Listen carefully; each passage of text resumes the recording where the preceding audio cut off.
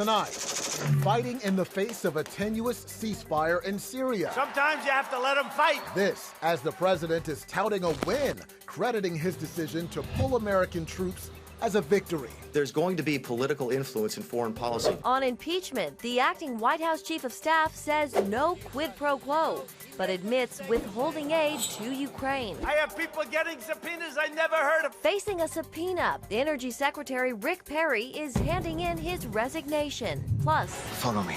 The largest crowd-funded TV series in history is about Jesus. All this and more on Faith Nation.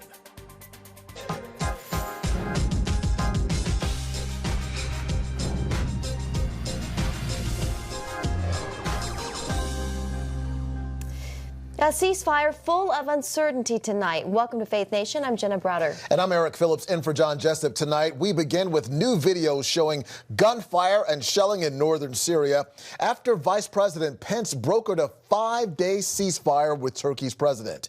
But critics of the deal call it a second betrayal to U.S. allies, the Kurds. CBN White House correspondent Ben Kennedy joins us.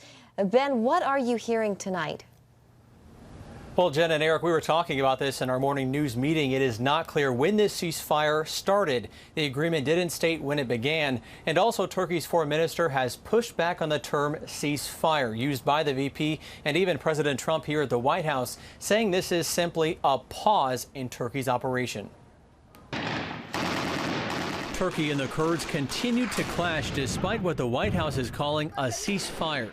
There was some sniper fire this morning. There was mortar fire this morning that was eliminated quickly. And they're back to the full pause. Trump's comments come after Vice President Mike Pence announced U.S. and Turkey reached an agreement to halt Turkish operations against Kurdish forces. President Trump sent us here to end the violence and to achieve an immediate ceasefire. Under the deal, the Kurds have 5 days to withdraw from the territory.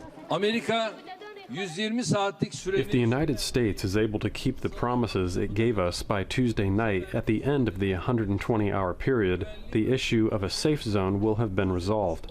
But if this promise is not kept, without exception, the minute the 120 hours end, our Operation Peace Spring will resume from where it left off in an even more determined way. Turkish forces claim they've killed more than 700 terrorists. You have the Kurds who we're dealing with and are very happy about the way things are going, I must say. The Kurds, and you also have the Turks watching, just secondarily watching, so we have ISIS under control. But the Kurds say that 218 civilians have been killed, including 18 children. To top that, more than 160,000 have been forced to flee. Now some lawmakers are blasting the president for abandoning the Kurds. Is far from a victory. Are we so weak and so inept diplomatically that Turkey forced the hand of the United States of America? Turkey? The only thing he's done and agreed to is an ultimatum. The Kurds can leave this area voluntarily in the next 5 days, or I'll move in and take it and kill them. Now today, Turkey's President Erdogan says his country cannot forget the harshly worded letter from President Trump last week about the military offensive in Syria. This is the first time he's commented about that letter, where the commander-in-chief told Erdogan, "You don't want to be responsible for destroying the Turkish economy," adding, "Don't be a tough guy, don't be a fool." Also today, senators introduced a bipartisan sanctions bill to target Turkey. Eric, Jenna. Ben, certainly a strongly worded letter there. Thank you very much. CBN News contributor Chuck Holton is on the ground in Syria reporting on the humanitarian crisis there. So right behind me is a horrific sight. The Syrians that have come in here from Tal Tamr are digging bodies out of the rubble from this house that was struck by a bomb. They've so far recovered 4 bodies, and they're just about to pull one more out of the house right there. Obviously, everybody is very somber, very sad. There's a lot of people that are in tears, and I've seen people retching because of the smell over in the street.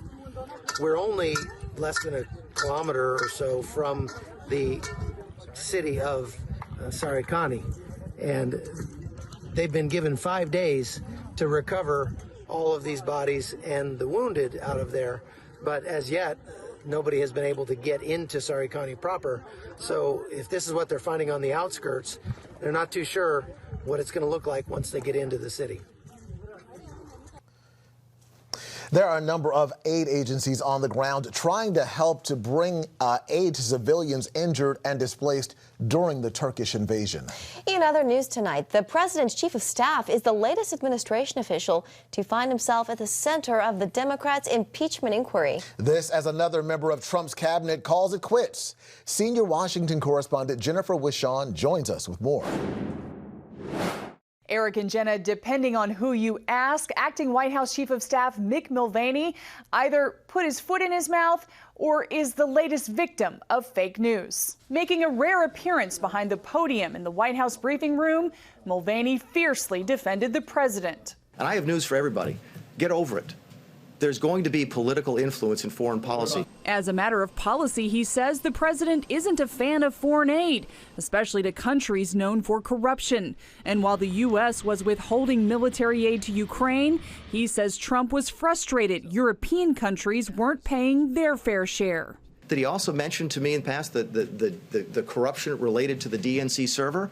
Absolutely. No question about that.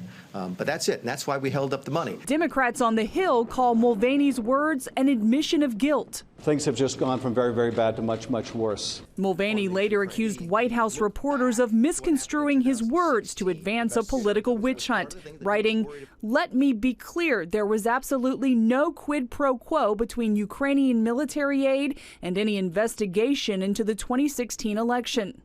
As Mulvaney's words reverberated in Washington, at least 20,000 Trump supporters in Dallas had a different chant. President Trump says Speaker Pelosi hands out subpoenas like cookies. I have people getting subpoenas I never heard of. I said, who are those people? One of those people who's received a subpoena is stepping down. Energy Secretary Rick Perry handed in his resignation Thursday.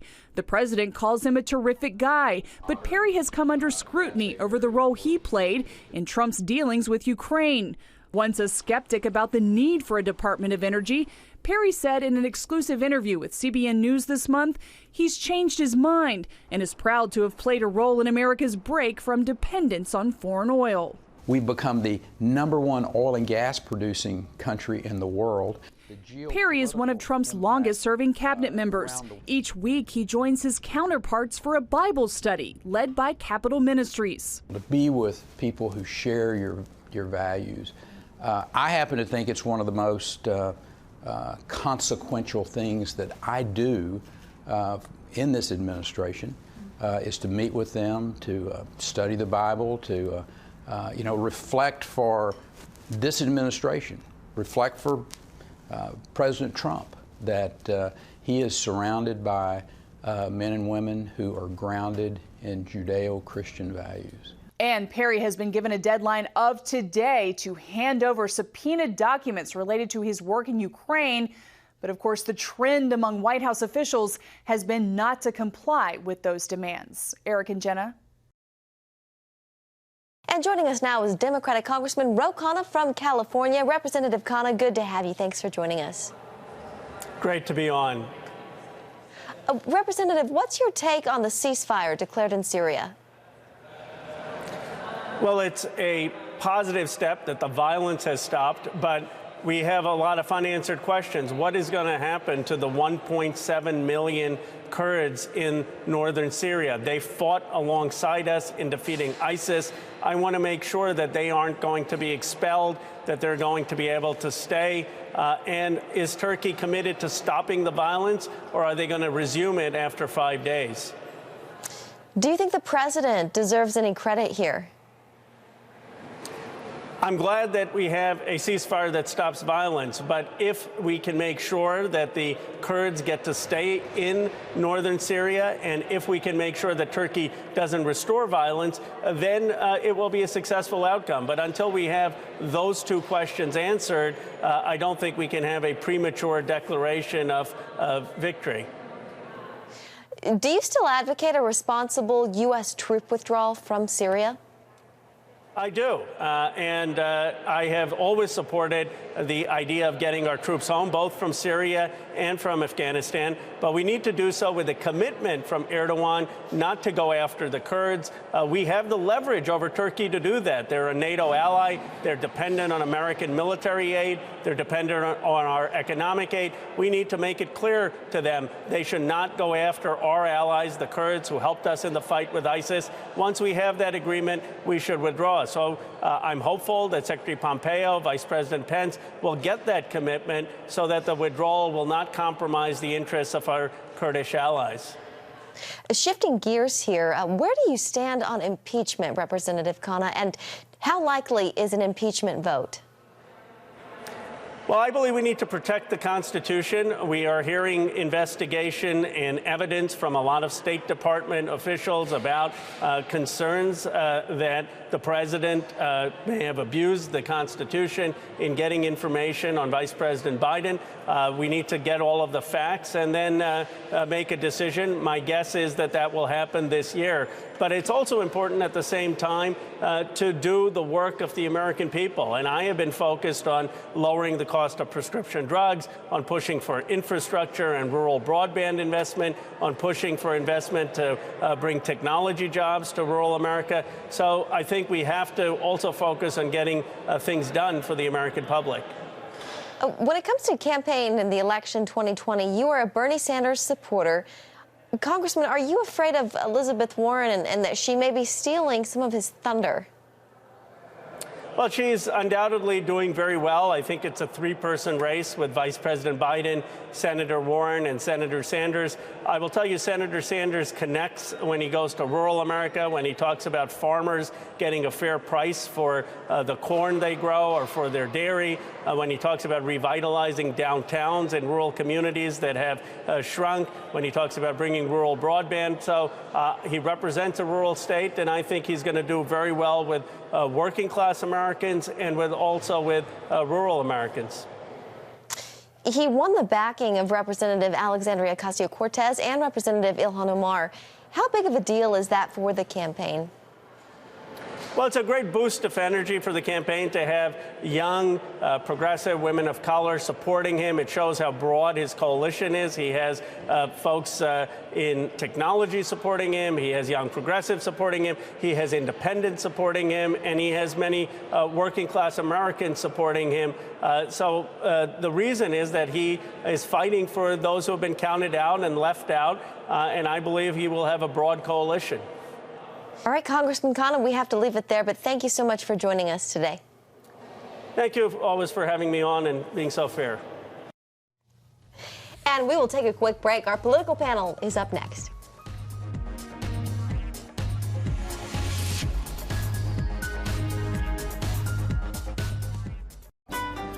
Want to be a part of a community that inspires your spiritual growth while winning prizes? The all-new MyCBN app. Connect with the community for prayer and encouragement. Track and set spiritual goals. Enjoy conversation starters with friends and family. And collect points to win prizes. The all-new MyCBN app. A great place to belong. Download the app at cbn.com/mobile. Grow, connect, have fun. The all-new MyCBN app. Meet the pastors who are preaching the gospel in a fresh, fearless way.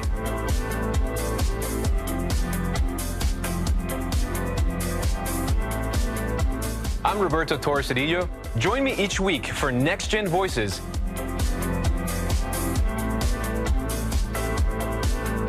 And watch God transform a generation.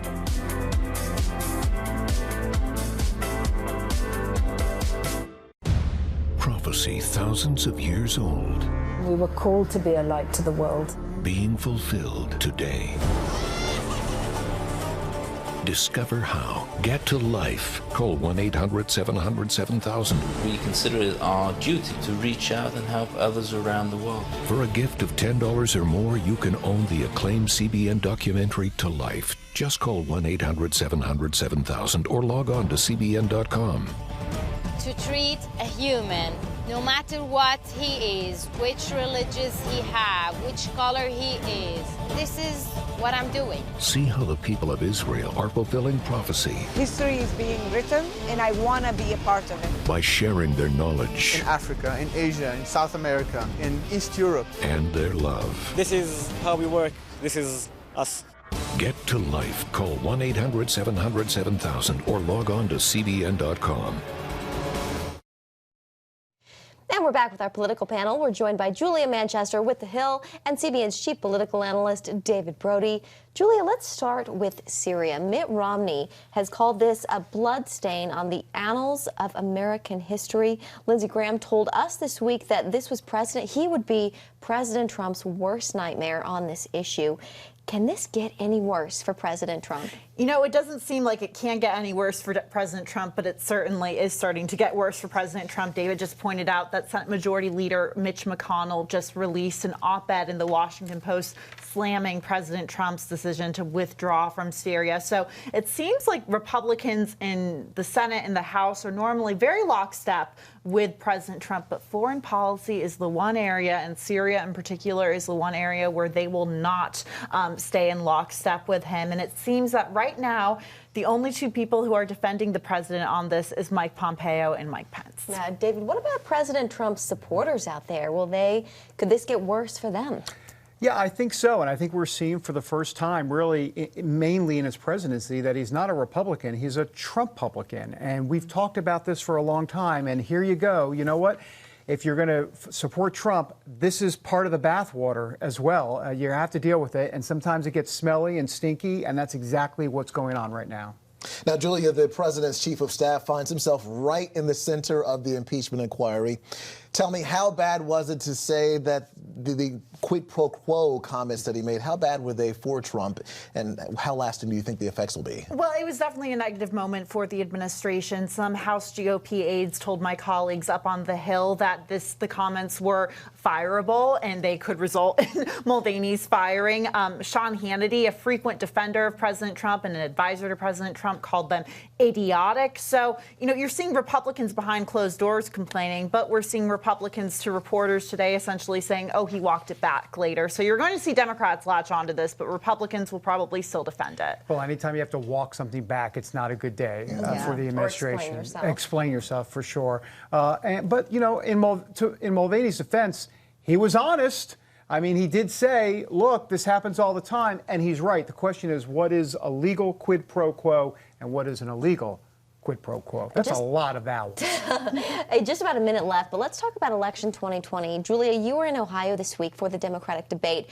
Who do you now see as the front runner? Well, I think Elizabeth Warren is really starting to cement her front runner status. Actually, there was a Morning Consult poll released yesterday that showed that the status of the race hadn't necessarily changed. Joe Biden is still the front runner, but I think you're seeing Elizabeth Warren continue to creep up on him in a number of state polls, and she's actually leading in a number of polls. So I think she and Biden right now are probably about equally leading the race. Well, I've learned a lot during this interview, not the least of which being Trump-publican. Thank you for that word. You bet. I'm going to the trademark office. There you go. Thank you very much. We'll be right back. Too often, we carry baggage from our past. You know what it's like. It affects everything and everyone in our lives. It's always there, weighing us down and keeping us from achieving true happiness. But do you know God never meant for us to be trapped in the past? You can be free of your baggage. Learn how God's forgiveness leads to changed lives and new beginnings. Call the 700 Club.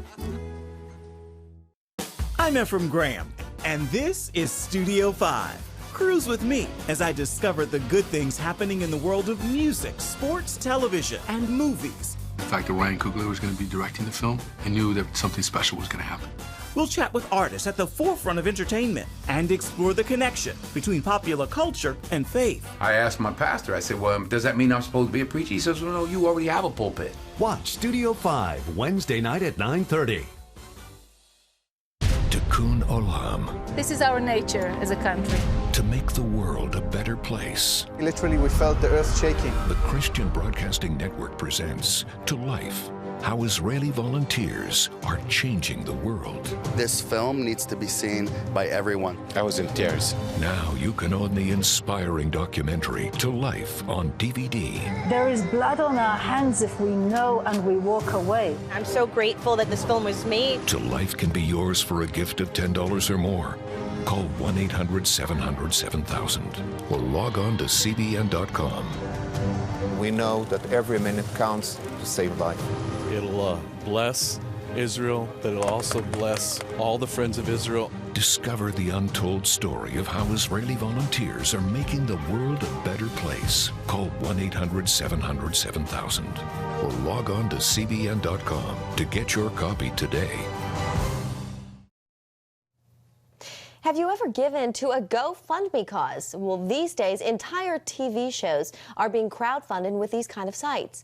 The Chosen is the largest crowdfunded TV show to date, and it's about the life of Jesus. John and I recently sat down with the man behind the show, Dallas Jenkins. Take a look. Dallas, tell us about The Chosen. Well, this is a project that came out of a desire to see something that hadn't been done before. There's been movies and miniseries about the life of Christ, but there's never actually been a multi-season show where you can binge watch it with your family, where you can get into the characters and into the stories in a deeper way than is traditional for most Bible projects. Typically, you've got 90 minutes to 2 hours to tell the story of Jesus, and you've got to go from miracle to miracle, Bible verse to Bible verse, and you don't get a chance to really connect with the characters. You're just kind of seeing the stories portrayed onto film.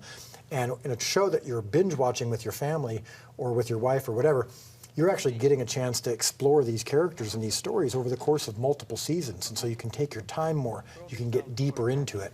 And so as someone who's been a believer my whole life, who's heard these stories dozens of times, the opportunity to tell the same stories but from a different perspective and in a deeper way was really appealing to me. And it's been proven now to be appealing to the audience as well. So I think they're experiencing what I've experienced as we've been exploring these stories. Yeah, audience habits have changed to binge watching rather than just, you know, and creating a universe in which they can see things over the course of time as opposed to fitting it into one quick movie. Well, I understand that your project wasn't easy getting off the ground. When we went to our audience and said, we want to crowdfund this project and have you be part of the making of it and you be part of the financing of it, and that's going to protect the story and keep it from, you know, the voices that may be antagonistic towards a story like this. We're going to maintain the control. You know, Hollywood's golden rule is he who has the gold makes the rules. And so we're going to make our own rules, and we're going to do this outside the system. And not that, on one hand, that has made things very difficult. I mean, it just takes more time. These systems have been in place for decades, so we're trying to maybe create something new. But on the other hand, it's been joyous because the crowd themselves, I think, trusts us even more because of the fact that we're outside the system. This is the largest crowdfunding media project ever, is that right? We ended up getting over $10 million from over 19,000 people, which shattered the all-time crowdfunding record. Wow. And I think spoke to the passion that especially believers are having in this country for something that's different, that speaks to them, because they're tired of trying to binge watch. The only shows that they have to binge watch that they can choose from are stuff that doesn't always reflect their values. And so a Jesus show that they can watch like their friends watch other shows, I think is really exciting for people. I'm glad you said that, because when you think about the audience, you want a wide audience to watch this. Sure. However, you're targeting a niche and relying on a niche audience of believers. Is it difficult to tackle a movie like this about Jesus with people who are familiar with Jesus' life? Is it difficult to take that on? Yeah, well, you mentioned that we have a niche audience. It's interesting because I think the niche audience is what helped finance this, because they have a spiritual compulsion to see something like this done. But in terms of the audience, it's actually been quite wide. Yeah. We hear from atheists and agnostics all the time who feel like this is a show that they can appreciate as well, because it feels like a regular show. It doesn't feel like a sermon put into a visual category. It feels like the kind of show that they would normally watch. And that's what's cool. Even our actors and some of our crew members who didn't come onto the project as believers have loved the script so much, it's opened them up to wanting to see more from the scriptures. It's opened them up to wanting to know more about who they're portraying. And that's been one of the most exciting things about this project, is to see people, including those who are working on the show, be exposed to Christ in a way that doesn't feel like it's formula. It doesn't feel emotionally distant, which I think, whether it's growing up in Sunday school with the flannograph Jesus, doesn't always feel authentic. or watching a movie where it's very reverent and stiff and formal and Jesus is a European white guy who speaks in King James English. This is something that we're really going for more authenticity, something that feels raw and real, and that has, which shouldn't surprise us as believers, that has appealed to a wide group of people because the message of the Gospels is one for everybody.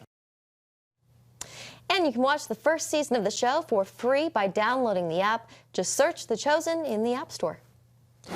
Coming up, making history in zero gravity. Stay tuned for the first all-woman spacewalk. That's coming up next.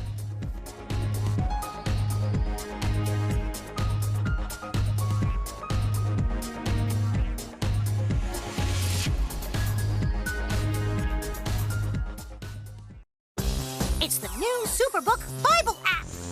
It's packed with games, activities, and Superbook episodes that you can watch for free. Oh, no! There's trivia, a fun daily devotional, and answers to your Bible questions. Plus, an easy-to-understand Bible the whole family will enjoy. You can even create your own Superbook character.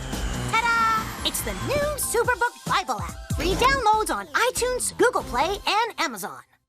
From Washington, D.C., uncompromising stories, interviews, and analysis from veteran journalists David Brody. Escalating fight. Jenna Browder. Chose his words carefully. Ben Kennedy. Plan to join him. And Amber Strong. Or impeachment grows a little bit louder. Bringing you the political news that matters. We get out and tell the story of the progress that we're making in this country. Watch Faith Nation, weeknights at 6 on the CBN News Channel.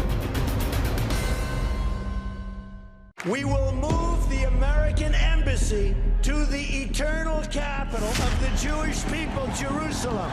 As the nations rage, you can stand with Israel. History is being written, and I want to be a part of it. Call 1-800-700-7000 and get to life. This is our nature as a country. Discover the untold story of how Israeli volunteers are changing the world. We consider it our duty to reach out and help others around the world. For a gift of $10 or more, you can own the acclaimed CBN documentary To Life. To treat a human, no matter what he is, which religious he have, which color he is, this is what I'm doing. Support Israel in their time of need. Get to Life, now available on DVD. Call 1-800-700-7000 or log on to cbn.com. And I wish that other people throughout the world could see this side of Israel. President Trump is congratulating NASA astronauts for a miles-high milestone in outer space. I just want to congratulate you both. You're very brave, brilliant women, and you represent this country so well. And our country is very proud of you, and we are very proud of you. Astronauts Jessica Meir and Christina Koch made history this morning when they became the first women to undertake a spacewalk. The two Americans exited an airlock in the International Space Station to replace a power controller in a 5-hour-long physical challenge in zero gravity. Christina Koch will break the record for the longest female space flight before she returns to Earth after 328 days in space. The first woman to walk in space was Russian cosmonaut in 1984. One small step for women, one giant leap for womankind, right? Well put. Very well put. Absolutely. We'll see you back here on Monday. Have a great weekend.